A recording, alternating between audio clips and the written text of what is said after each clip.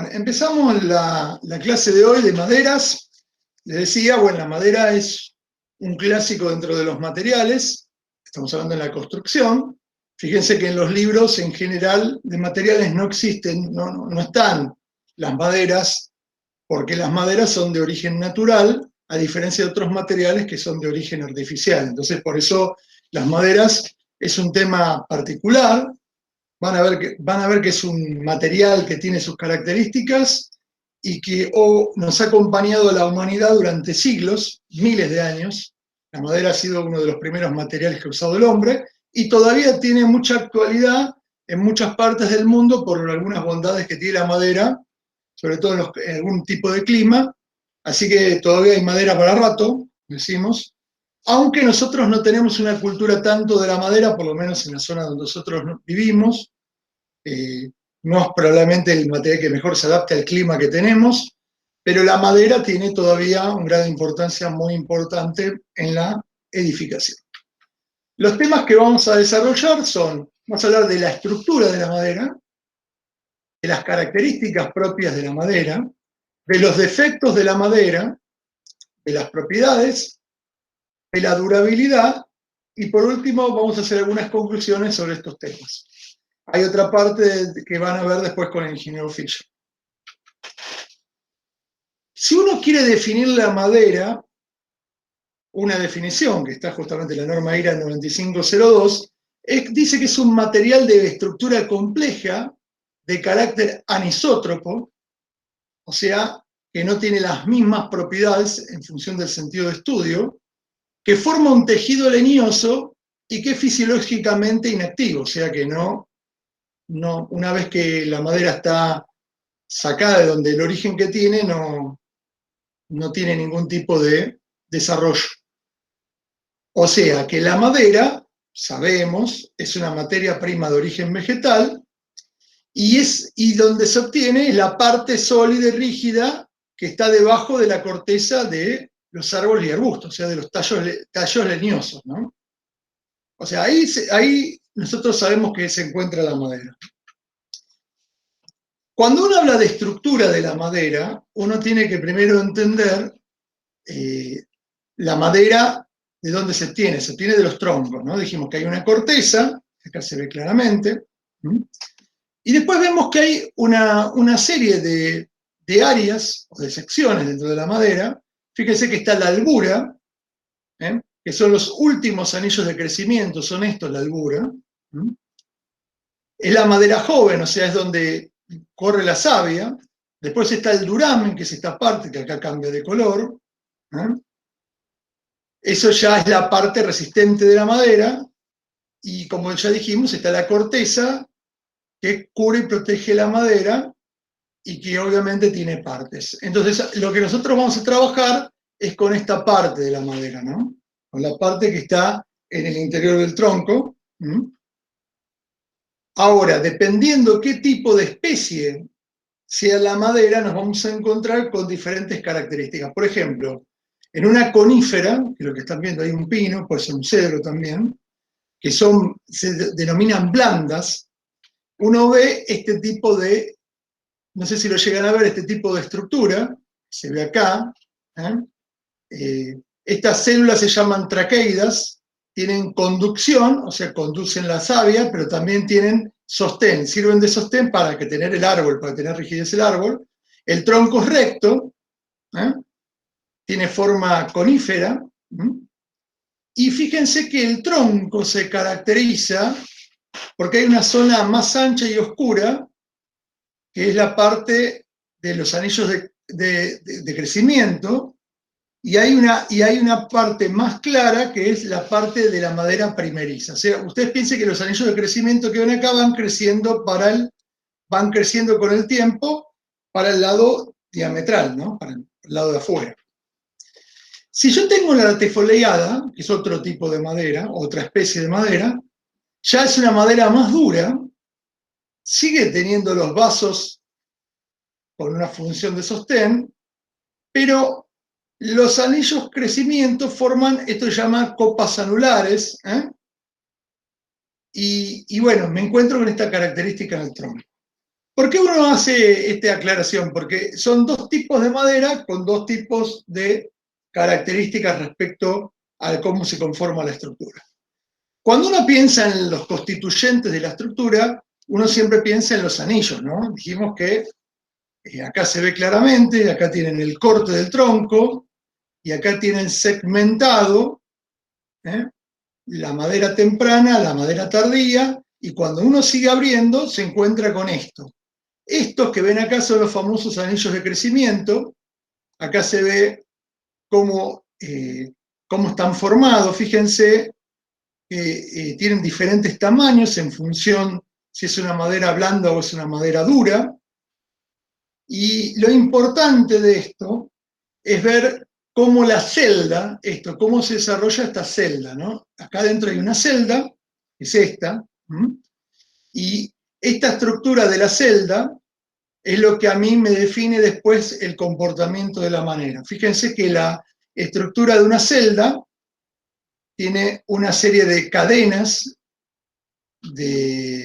vamos a decir, de polímeros, porque acuérdense que la celulosa que está dentro de la madera es un polímero natural. Entonces vamos a ver que hay como filamentos o fibras, y ahí es donde se definen las condiciones de la madera en función de estos tipos de cadenas de celulosa alineadas, ¿no? Eso es lo que a mí después me da el comportamiento de la madera.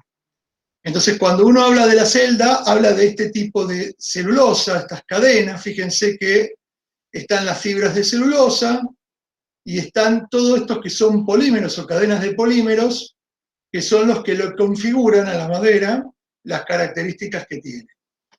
Entonces uno podría decir a esta altura, con ya lo que estuvimos viendo, que la madera, justamente por esta característica de celdas y conformación de las celdas, ya la madera me empieza a indicar que va a tener características propias que otros materiales no tienen de los que hemos visto. Una, obviamente, sabemos que va a ser un material biológico, porque es un material de biológico origen y es atacado también por ser un material biológico. Muchos insectos y hongos viven de la madera. Es un material anisotrópico.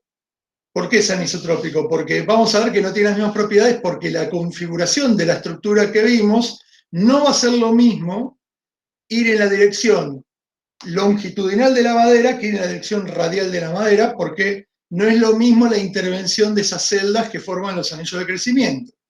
Y otro aspecto interesante que también vamos a ver es que es un material higroscópico. ¿Qué significa? Que es un material que puede captar agua o humedad o puede ceder. Y ese cambio en su humedad vamos a ver que genera cambios también dentro de su comportamiento.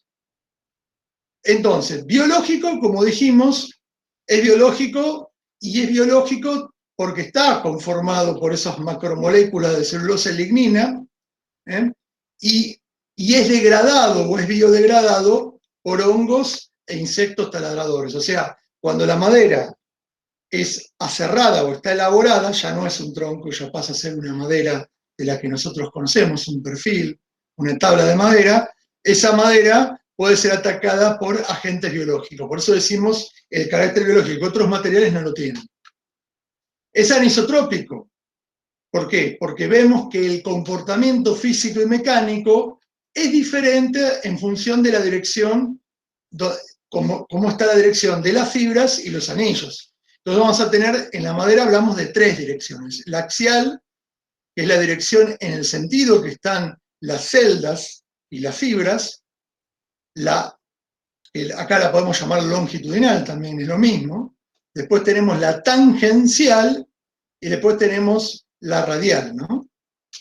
Esto respecto siempre, acuérdense, a los anillos de crecimiento y la dirección de las fibras, ¿no?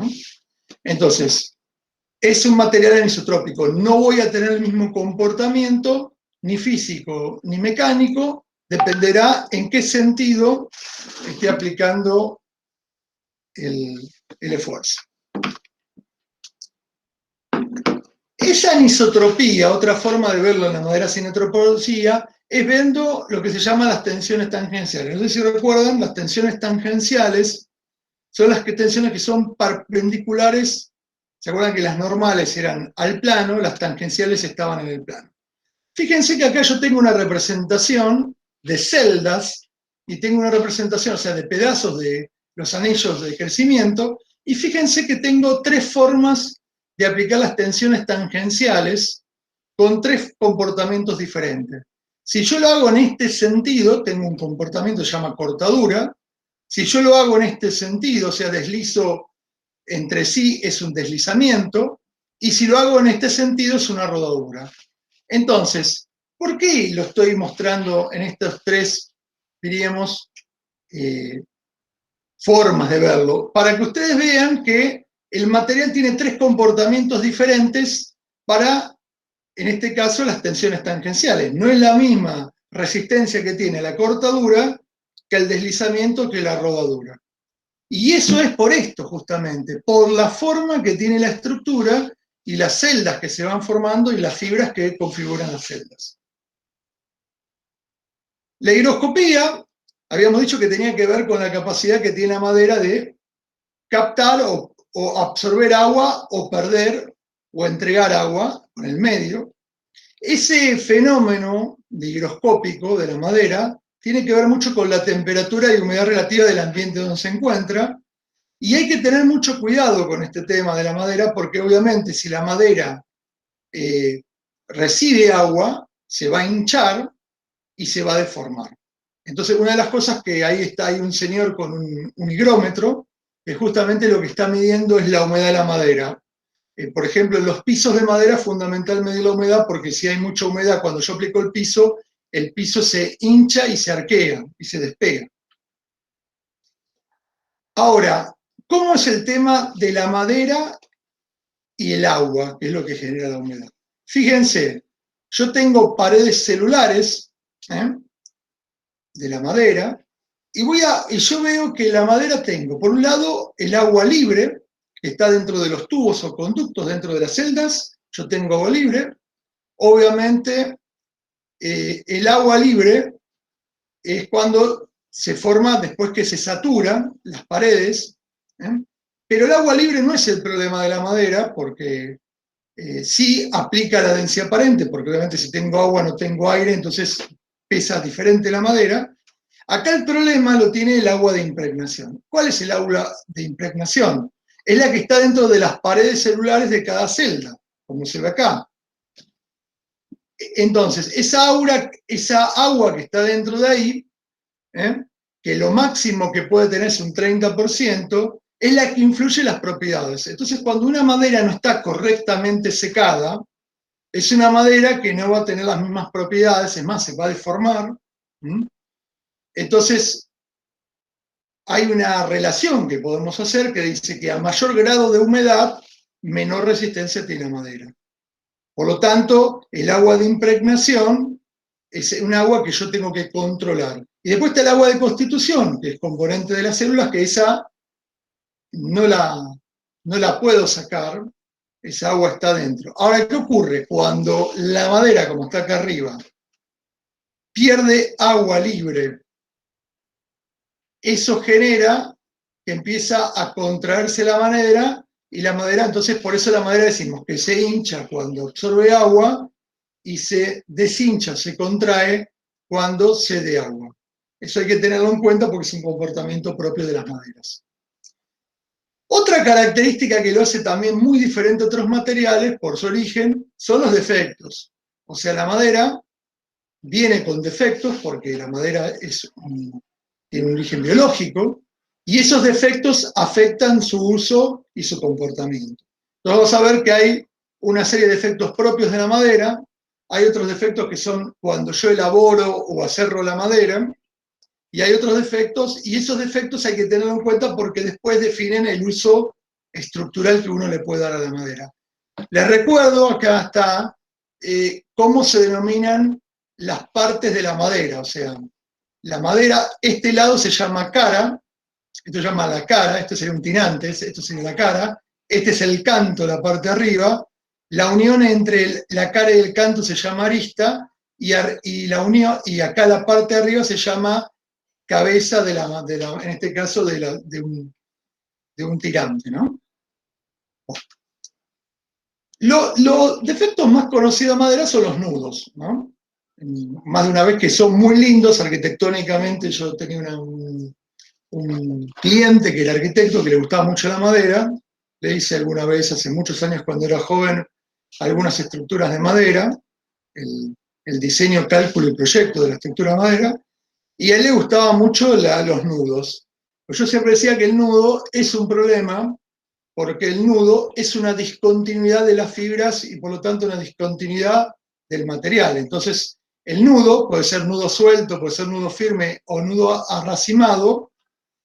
Se va a poder permitir que haya nudos en las secciones estructurales, dependiendo el tamaño que tenga, ¿eh? Y hay nudos como el arracimado, que no se permite directamente. O sea, un nudo es una discontinuidad, es una pérdida de sección resistente, es un lugar de concentración de tensiones. No es muy bueno un nudo, aunque quede muy lindo. Después hay defectos como las rajaduras, las grietas o las aristas, que dependerá también, de vuelta, dónde se ubiquen, se podrá permitir o no usar madera que tenga rajaduras. Por ejemplo, las rajaduras se permiten en los extremos y que la longitud no sea mayor al ancho de la pieza. Las grietas se permiten siempre y cuando la suma de las profundidades no excedan un octavo del espesor de la pieza. La arista faltante o canto muerto se permite en una sola cara. Fíjense que no quiero entrar tanto en los detalles, pero ustedes verán, hay una serie de condicionamientos que nos permiten el uso de la madera. Otros defectos son, por ejemplo, la fibra inclinada, que significa que la fibra, en vez de venir así de golpe, baja la fibra, ¿eh? Y eso lo que se analiza es cuánto baja la fibra. La perforación, si hay una perforación, se considera como un nudo. Si está podrida la madera, obviamente no se permite. Por eso una madera de un techo de madera existente, una estructura, que por alguna razón entró agua, un techo de teja, qué sé yo, y se pudrió la madera, bueno, esa madera hay que reemplazarla porque la pudrición, acuérdense, es un material biológico, forma mohos, forma hongos, y esos hongos se terminan consumiendo la madera y me quedo sin resistencia a la madera. En los bolsillos de corteza, que son estos, esto se considera como un nudo, y estos bolsillos de corteza también habrá que ver el tamaño que tienen y dónde se ubican. O sea, como verán, hay defectos de la madera, estos defectos están definidos en la norma IRA 9560, que contribuyen o no al uso de la madera, sobre todo como material estructural. Bueno, acá tienen otro, acebolladura, médula, duramen, albura, manchas. O sea, si las manchas no hay problema siempre y cuando no sea pudrición. Y todo ese tipo de discontinuidades que están viendo acá, todo este tipo de discontinuidades son cuestiones que son defectos, que hay algunos que no se permiten. La médula del duramen no, porque justamente el duramen es la parte resistente de la madera, ¿no? Así que, como verán, hay una serie de defectos propios de la madera que no la califican para su uso. Después están los defectos cuando yo lo elaboro. Por ejemplo, ustedes saben que la madera se aserra. Tomo el tronco, hago un aserrado y ahí tengo la madera. Entonces, la escuadrilla regular, grietas o rajaduras que se forman cuando lo voy cortando del tronco. Bueno, el tema del cepillado. El cepillado de la madera es lo que da la terminación. El cepillado desgarrado, el cepillado ondulado, el cepillado incompleto, o la depresión por cepillado. En general el cepillado no es tan grave, porque es una terminación, pero también afecta a la madera, al producto madera. Eso después lo van a ver con el ingeniero Fischer. Hay otro proceso que se le hace a la madera, que es el proceso de secado. Ustedes saben que la madera uno la tiene que secar para llevar una humedad donde la madera tenga un determinado comportamiento. Muchas veces cuando uno seca la madera presenta determinado tipo de deformaciones producto de la contracción por secado. Fíjense, por ejemplo, el abarquillado, que es este caso, acá lo que se permite es que se pueda desarrollar esta flecha o esta deformación hasta 1/100 el ancho de la pieza. Si es un combado en la dirección longitudinal, o sea, todo este tipo de formaciones se imaginarán que afectan el uso de la madera, por lo tanto, sobre todo en elementos como tablones o ese tipo o placas Por lo tanto, hay que controlar todo este tipo de formaciones. Después está, por ejemplo, la encorvadura, que se permite con una flecha máxima acá de 1 en 100 el ancho de la pieza, y la torcedura, que acá se ve claramente, también con 1 en 100 del ancho de la pieza. Quiere decir que se permiten determinado grado de deformación, pero deformaciones acotadas en un valor admisible. ¿Qué propiedades tiene la madera o cuáles son relevantes? Bueno, como todos los materiales, hay propiedad física. Una relevante, porque hay muchos tipos de madera de mucho tipo de densidad, es la densidad aparente. Acá lo que tienen es un gráfico donde les muestra cómo va disminuyendo el volumen de poros a medida que va aumentando la densidad. Fíjense que la densidad de la madera arranca en los 110 kilos y llega hasta los 1300 kilos por metro cúbico. Ahora, esta densidad es una característica propia de la madera. Fíjense que el rango tiene la densidad, por lo tanto, después vamos a ver que la densidad es lo que define después el uso que tiene. La humedad, el tema de la humedad que afecta a la densidad aparente. La humedad, acá tiene la fórmula de humedad, es el peso húmedo menos el peso seco dividido el peso seco por 100. La humedad, acuérdense que cuando hablamos de humedad, hablamos sobre todo del agua libre y parte del agua de saturación que tiene la madera. Lo importante de la densidad, que la densidad de la madera se puede correlacionar con la resistencia. Entonces, fíjense acá, a mayor densidad, mayor resistencia. Y esto es, ya les digo, es muy importante porque las maderas más densas, más duras, son las más resistentes. Físicamente, cuando uno ve la madera, ¿se acuerdan que dijimos hace un ratito que veíamos la celda? Veíamos que la celda podía tener agua libre en su interior, como se ve acá, pared saturada. Entonces decimos que cuando el punto de saturación de la fibra, que es un concepto muy importante, fíjense, cuando la madera está en natural, la madera tiene esta dimensión.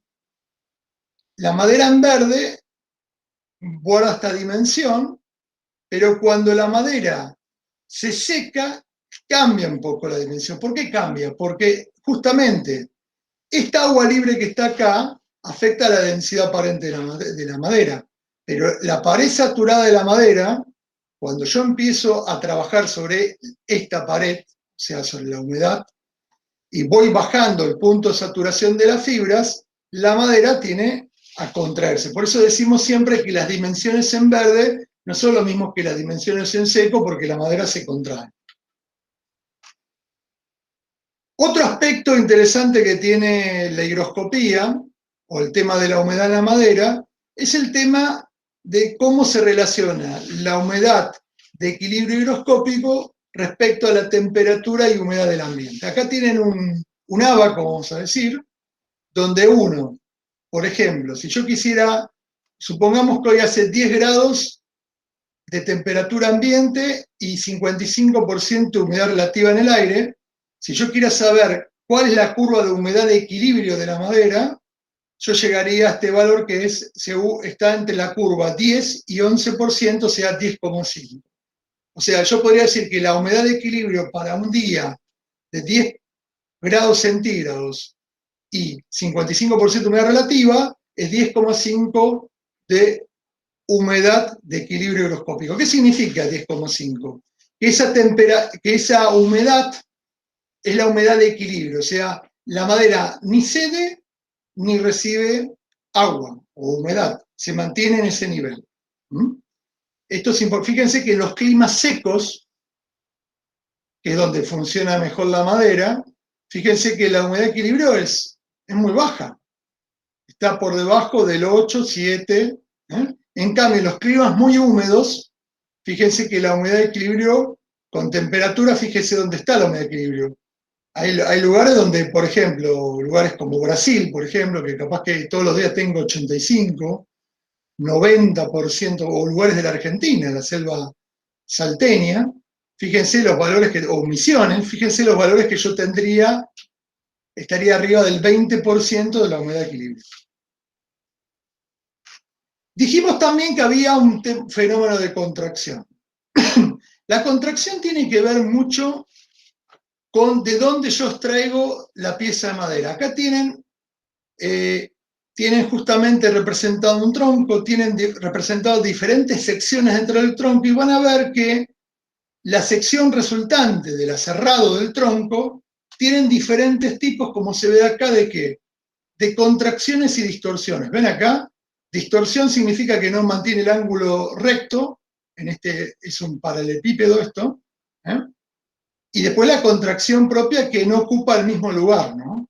O sea, fíjense que en general, y fíjense esto que es importante, fíjense cómo los anillos de crecimiento tienen algo que ver, la forma en que yo corto la madera tiene que ver también en cómo intercepto los anillos de crecimiento.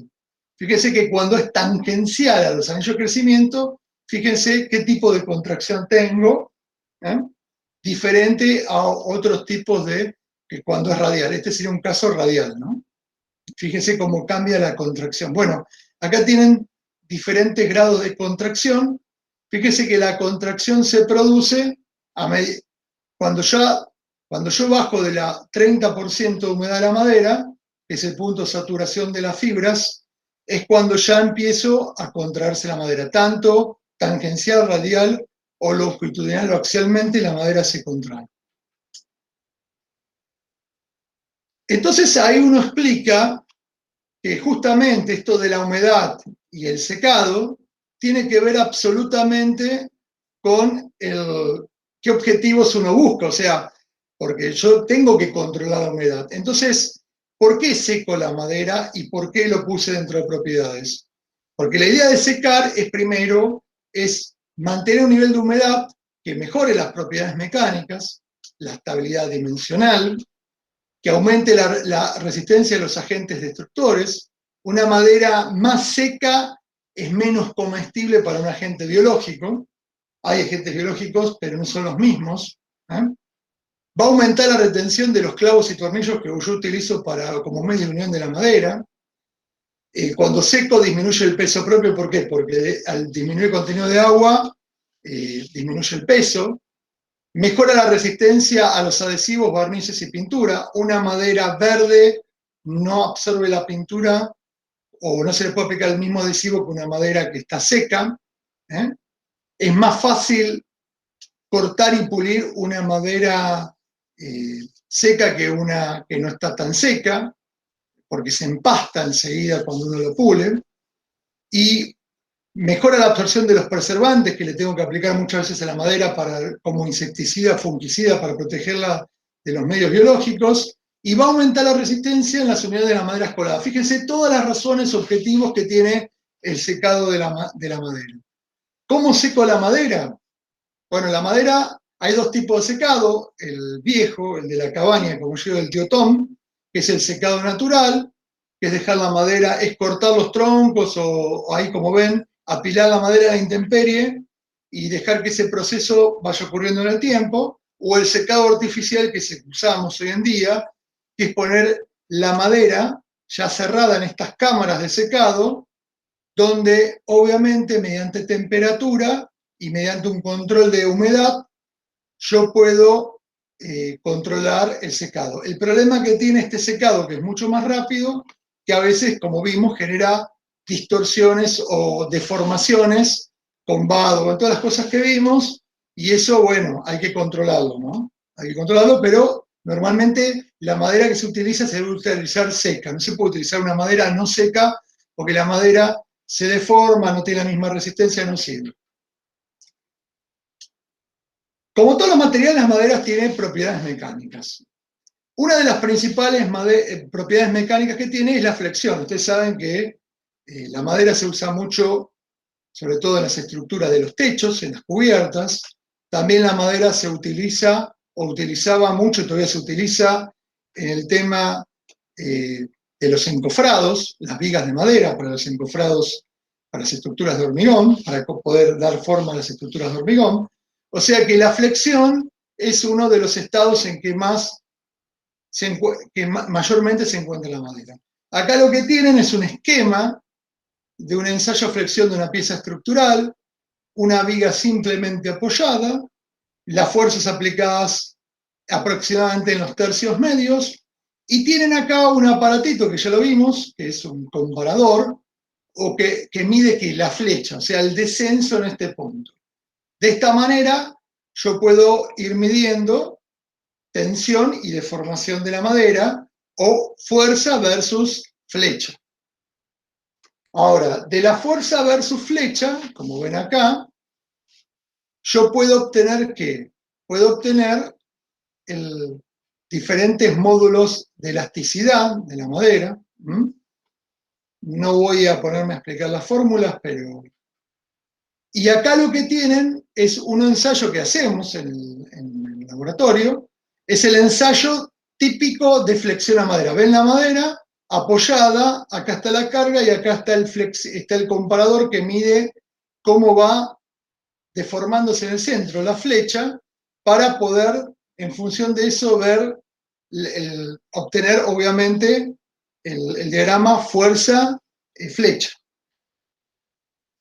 También se puede, la madera también se puede usar como, por ejemplo, atracción. La madera puede ser utilizada atracción como si fuera un tensor de madera, entonces se puede hacer ensayos a tracción de la madera, como en este caso. Acá la resistencia a la madera es la fuerza máxima dividido el área, eso ya lo sabían, y el modo de elasticidad de la madera tiene que ver justamente con el cambio de longitudinal que tiene la madera respecto al área, o sea, en cuánto se estira. ¿Se acuerdan que eso a mí me permite dar el modo de elasticidad que tiene la madera? Acá tienen un ensayo de madera, ven, acá está la pieza de madera que va sometida, traccionada. Fíjense que acá tiene un nudo, ¿no? Esta sección tiene un nudo, es un nudo pequeño, pero un nudo al fin. Bueno, esta pieza es traccionada y de ahí se obtiene qué valor soporta la tracción la madera. Después tengo la compresión, que es en el sentido contrario, de vuelta, tensión máxima dividido el área de la madera, y todo lo que tiene que ver con el modo de elasticidad respecto a la madera. Acá lo importante es que vean que la tracción y compresión lo hicimos paralela a las fibras de las piezas estructurales, porque podría hacerla perpendicular, pero ya es otra historia, ¿no?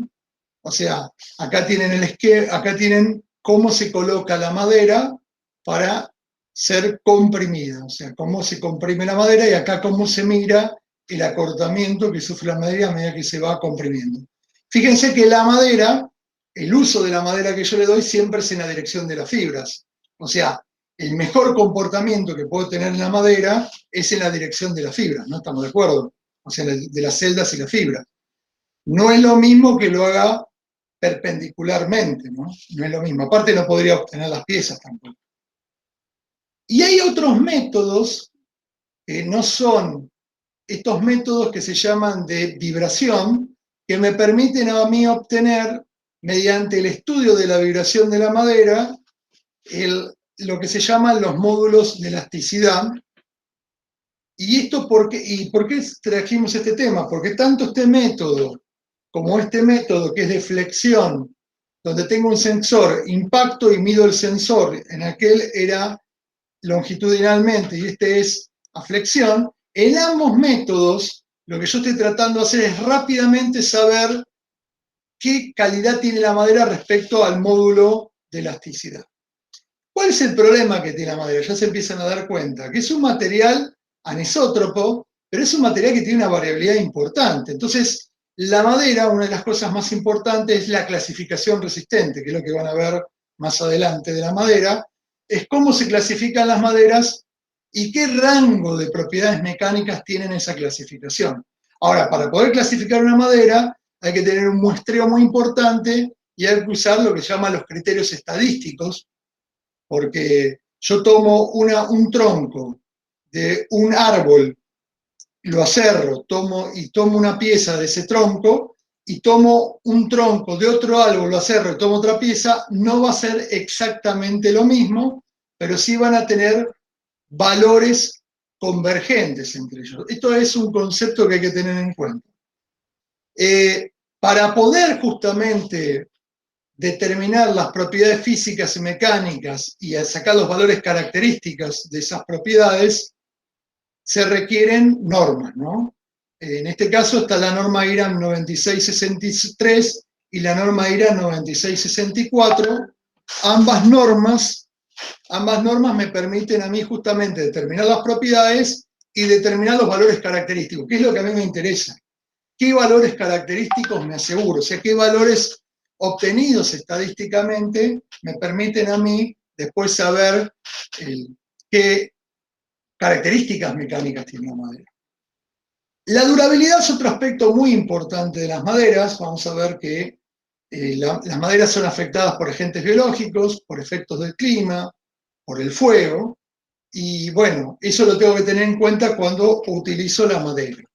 Respecto a los agentes biológicos que actúan, o sea, que se alimentan y descomponen la madera o consumen la madera, son los hongos xilófagos, los hongos cromogéneos y los insectos xilófagos. En todos los casos, la descomponen o se van alimentando o la van perforando, fíjense acá, y por lo tanto, este tipo de agente biológico lo tengo que controlar, y una forma de controlarlo es poner unas sustancias químicas que se llaman preservantes.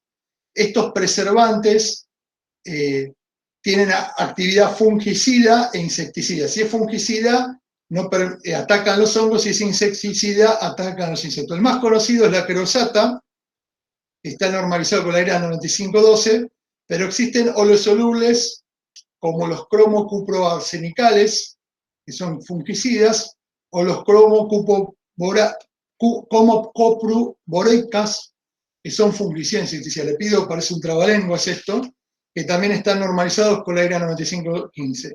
Estos preservantes se pueden aplicar con pincel, con soplete o en una cámara, y lo que hacen es que el preservante lo que me asegura que la madera que yo estoy utilizando, la estructura de madera, al contenerlo, tener incorporados los preservantes, impide que los hongos y los insectos ataquen la madera. La durabilidad también es algo que define clases. En este caso yo les estoy mostrando un cuadro que está muy desarrollado en Europa. En Europa se usa mucho la madera.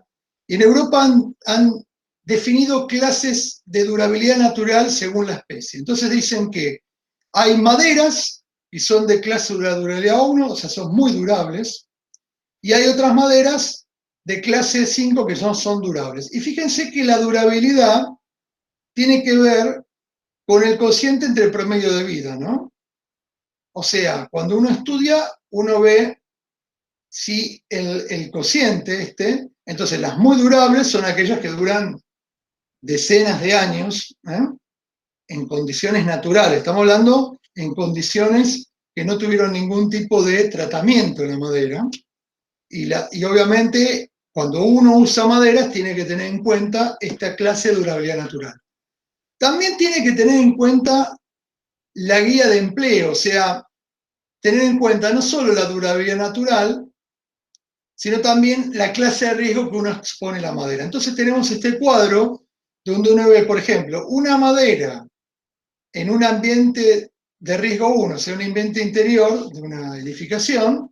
Fíjense que todas tienen durabilidad natural, en todas las clases. O sea, no, la madera en ambiente interior no tiene ningún problema. Cuando empiezo a tener un ambiente semicubierto, ahí ya hay situaciones como esta que pueden requerir un tratamiento. Y si, por ejemplo, está en contacto, si está a la intemperie, sin contacto con el suelo, está en contacto con el suelo o agua salada, se empieza a ver que hay maderas que requieren tratamiento. Obviamente hay maderas que son muy durables, no requieren tratamiento, pero la mayoría de las maderas, fíjense, empiezan a requerir algún tipo de tratamiento. Y eso es lo que define, ya les digo, el mantenimiento de la madera. Si yo tengo un muelle de madera, un muelle, vieron de esos muelles que se hacen ahora en las lagunas, todo de madera, bueno, ese muelle de madera se hace con una madera que tenga clase de durabilidad 1. No se me ocurra a mí por una madera que no sea muy resistente porque se va a pudrir. Respecto a la resistencia al fuego, la madera, vamos a ver que la madera tiene muy buena resistencia al fuego, contrario a lo que uno pensaría. ¿Por qué? Porque la madera, que es un material combustible al fuego, cuando se produce un fuego en una estructura de madera, lo que pasa es que es como cuando uno prende el asado, ¿no? Cuando uno prende el asado cuesta formar la brasa, o sea que cuesta que el tronco tome fuego, se consuma y forme la brasa. La madera, fíjense, tiene esta característica que el fuego empieza a consumir la madera, pero se va formando una capa carbonizada, ¿eh? Y dentro de esa capa carbonizada protegida queda la madera como está. Por lo tanto, esa baja conductividad térmica y esa capa carbonizada hacen que la madera, la sección de madera, dure bastante tiempo hasta que se consuma. Cosa que no pasa con otros materiales. Imagínense una estructura metálica. Se produce un fuego. Cuando se produce el fuego, obviamente ya saben que después de los 600 grados centígrados, el material empieza a estar en fluencia. O sea, se deforma totalmente. O sea, se cae. En cambio, una estructura de madera todavía se puede mantener en pie justamente por esta característica, que esa capa carbonizada lo va aislando y a medida que va avanzando esa capa carbonizada, obviamente consumo sección, pero me queda sección resistente. Para mejorar inclusive la resistencia al fuego, puedo hacer tratamientos inífugos, puedo hacer métodos de recubrimiento, métodos de impregnación, o sea, hay muchas formas de inclusive mejorar todavía más esta característica de la madera, de manera que la madera, cuando esté en el fuego, tenga mayor resistencia todavía a la que tiene por el tema de lo que estaba explicando recién. En Eurocódigo 5, esto todavía creo que no está en el CISOC, nosotros tenemos un CISOC de estructuras de madera, ¿no? Es el 601, si no recuerdo, siempre me confundo, 601. Y fíjense que acá, en el Eurocódigo, que es un equivalente, muestra velocidades constantes de carbonación, que es lo que uno que tiene. ¿Cuánto tarda en consumirse, cuánto avanza la carbonización de la madera? Fíjense que hay maderas que pueden ser consumidas en 0,5 milímetros minuto y otras que pueden ser consumidas en 1 milímetro minuto. Quiere decir que no todas las maderas tienen el mismo comportamiento de carbonización. Obviamente que cuando más lento sea la carbonización, más tiempo tengo y más durabilidad de resistencia al fuego me da esa madera. Bueno, como conclusiones para terminar el tema, diríamos que las maderas poseen estructuras complejas o tejidos leñosos con anillos de crecimiento y celdas. Esto hay que tenerlo en cuenta porque esto define todo el comportamiento posterior. Las características de material biológico, anisotrópico y higroscópico van a definir la aptitud al uso de la madera. Eso hay que tenerlo muy en cuenta. Esto es lo que define justamente el uso de la madera. Los defectos, que sí los tiene la madera, pueden afectar su clasificación resistente como material estructural. Esto es importante. Las propiedades mecánicas dependen de la higroscopía y la anisotropía, lo que estuvimos viendo recién. O sea, dependerá cuán saturado esté la pared de las celdas y dependerá en qué sentido esté analizando, me encuentro con diferentes tipos de comportamientos mecánicos. Y por último, la durabilidad va a depender del tipo de madera, porque vimos recién, durabilidad natural, y también de los métodos de preservación y protección en función de la exposición que vaya a sufrir la madera. O sea, si sabemos que vamos a enterrar un poste de madera, ustedes saben que el poste de madera se le hace un tratamiento para que no se pudra el poste. Por ejemplo, se lo pinta con pintura asfáltica la parte que está hundida en la tierra. O sea, es lo que yo les decía. Esto es muy importante porque la madera tiene problemas de durabilidad siempre y cuando no tenga la durabilidad natural. Y esto que tenga, obviamente que las maderas que utilizamos nosotros en la construcción en general, los pinos, el pino liote, el pino saligna, el pino paraná, después van a ver, son maderas blandas y que hay que hacerle algún tipo de protección, ¿no? A la intemperie. Porque si no,